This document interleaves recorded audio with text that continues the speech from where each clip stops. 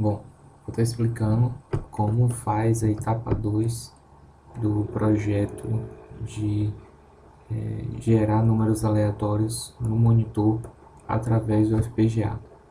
O primeiro passo é poder criar uma imagem do tipo BMP monocromático. Para isso, para fazer todo o projeto, para estar explicando, eu estou usando o Windows.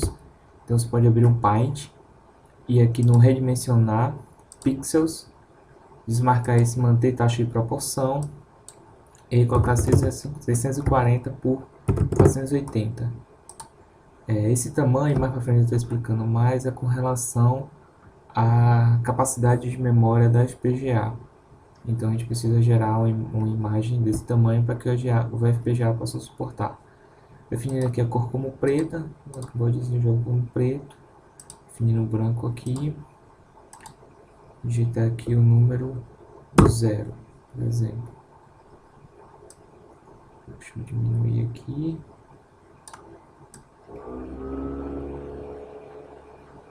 Centralizar ele. Pronto, feito isso, vou salvar ele. Só aí trabalho mesmo com número 0. .bmp.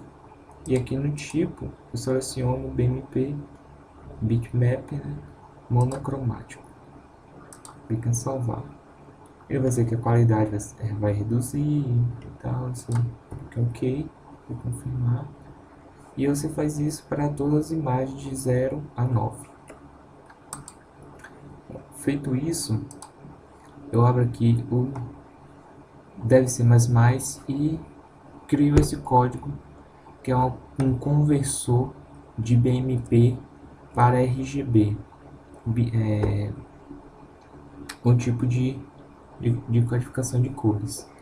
Bom, basicamente a gente trabalha com manipulação de arquivo, então a gente vai abrir um arquivo do tipo imagem, vai ser um arquivo do tipo txt. E essa aqui é uma parte muito importante, né? Essa linha de comando, porque o código passa a ser visto, né? Passa a ser convertido a partir do 62, que toda imagem já possui um cabeçalho com algumas informações, e por conta disso a gente não tem interesse nesses cabeçalhos, só tem interesse na imagem em si, e por conta disso foi-se necessário, né, criar esse fseek para que possa começar após o cabeçalho. E a partir disso a gente tem dois for, um dentro do outro, para que possamos estar convertendo corretamente essa imagem e passando como o tamanho de critério de parada, né, o tamanho da minha imagem 640 por 480. Se eu estou passando como parâmetro dentro do meu for esse tamanho, então obviamente o meu arquivo txt deve ter esse tamanho 640 por 480 linhas, já que aqui é o meu for principal, o meu for i. E que a gente confirma isso através do arquivo que foi gerado, que ele tem 37.200. A gente abrindo aqui a calculadora, fazendo uma conta básica, 640 vezes 480, ele dá 37.200 linhas. Então, dessa forma, comprovamos que o arquivo que foi gerado está coerente com a imagem. Bom, aí eu vou tentar pegar na parte aqui de uma transição de 0 para 1. Vocês possam perceber que todo nesse arquivo só tem zeros e uns presentes. É importante, talvez você está dando uma pesquisada pela letra A, B, para ver se ele está gerando algum hexadecimal. Mas, diante desse código que vimos aqui, isso não irá acontecer. No entanto, deixa eu ver se eu consigo aqui. Algum número de transição. Opa, aqui. Pronto. Isso aqui é transição de 0 para 1, então aqui é onde começa alguma parte dos pixels da imagem a ser 1. Bom, feito isso, que esse é o primeiro passo, né, a gente cria a memória ROM, que é a memória que vai acessar esse arquivo e que vai ser adicionada na FPGA. Eu não estou com a FPGA aqui, mas no final do vídeo eu vou estar mostrando como ficou a execução, né? Então, essa minha memória ROM é uma memória ROM sequencial, onde eu tenho dois parâmetros. Um deles é de entrada, que é o endereço da imagem, e o outro é de saída, que é o data out, que possui 23, que são 24 bits, que esse 24 representa o formato real, RGB, né? Red, Green e Blue, e por conta disso o RGB deve ser do tamanho de 24 bits. Porque, só uma explicação rápida, né? Porque esse meu arquivo não gerou hexadecimais de 24 bits em cada linha, porque a FPGA não estava suportando, não tinha memória suficiente para poder armazenar esse arquivo. Por conta disso, a gente converteu tudo em binário, zeros e uns, para que aqui dentro da minha memória ROM eu possa estar escolhendo a cor desejada, né? Então, deixa eu só alterar aqui, porque eu estou fazendo screencast para ficar melhor a gravação. Bom, então aqui o que eu faço? Eu defino o tamanho da minha memória, e aqui eu faço um operador alternário, onde eu pergunto se a minha memória em um dado endereço ela possui o número 1. Se possui o número 1, ela vai preencher com a cor branca. Isso significa que é 6 Fs, né?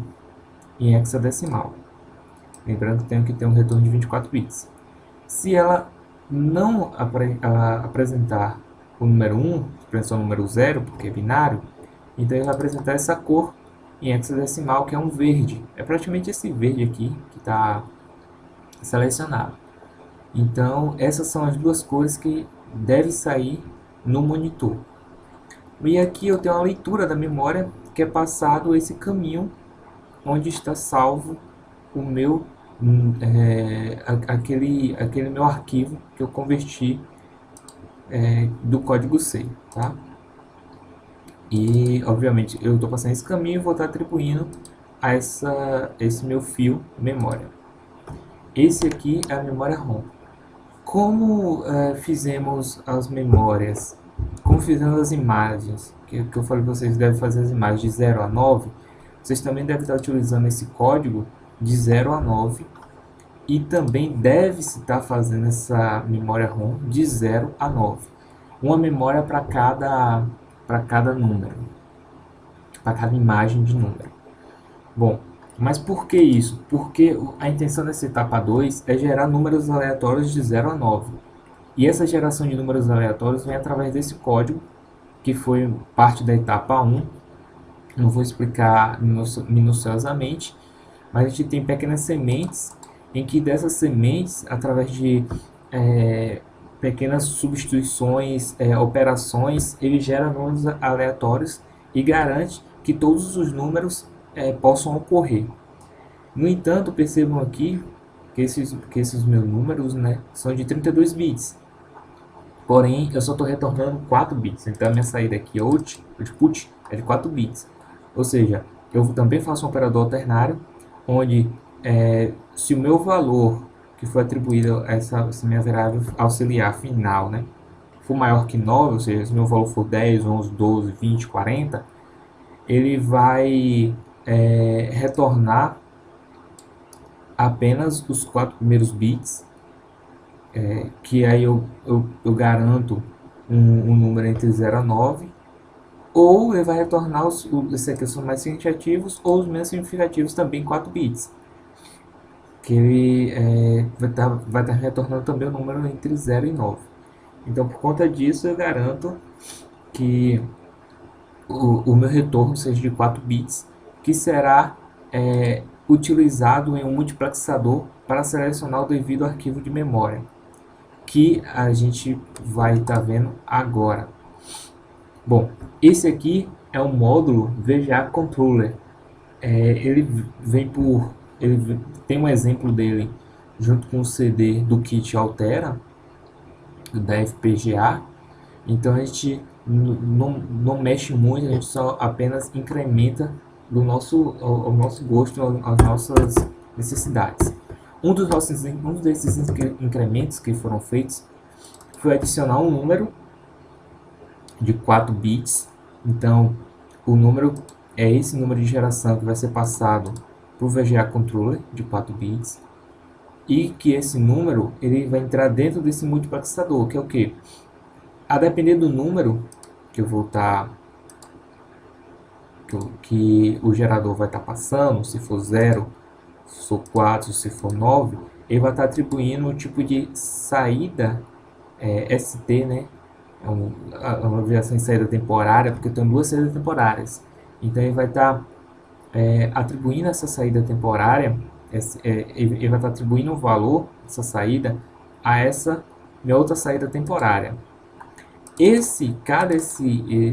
Cada variável dessa aqui é feita através dessas instâncias, também de 0 a 9, onde essas instâncias é referente a cada memória que foi feita. Perceba que aqui a minha memória é referente ao número 0.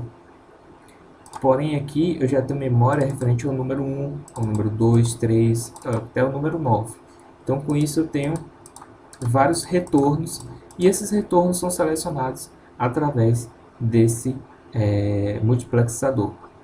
Bom, feito isso, eu pego essa saída minha temporária, que é única, que é selecionada através do número que foi passado para ele aleatoriamente, e adiciono na minha outra variável chamada BGR Data Run.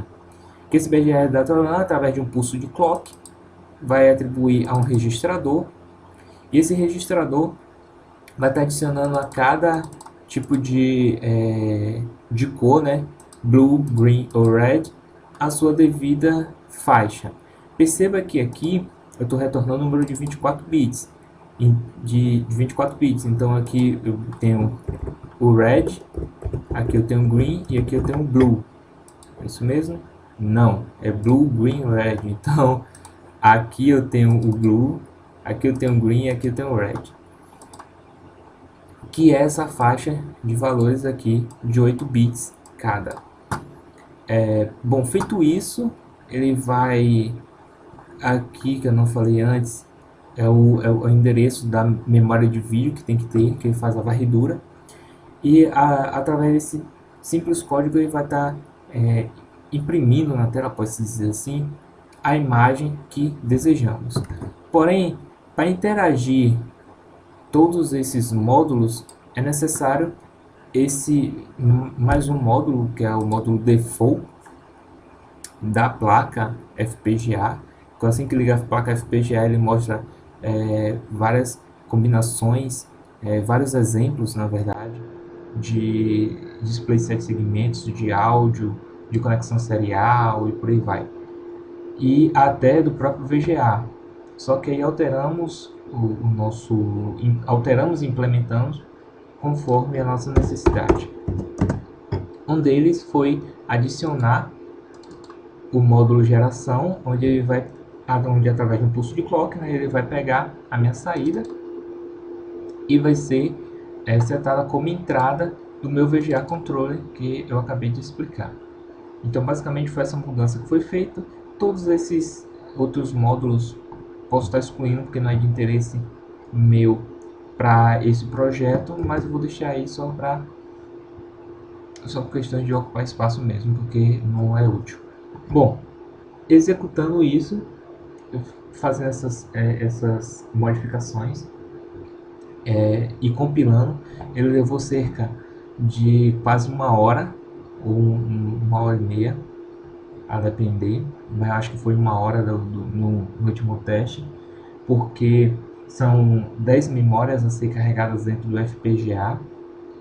Então ele precisa ler cada linha daquela, né, cada 307.200 linhas de 10 arquivos. Então isso demora um tempo bastante significante, principalmente pelo computador que foi testado ser um i7 de 8 GB de RAM. Não é um computador fuleiro e levou esse tempo todo, mas Para um arquivo só, né, foi um tempo também um pouquinho demorado, mas razoável, foi cerca de 15 a 20 minutos. Bom, e agora eu vou estar mostrando para vocês o resultado desse código que foi implementado.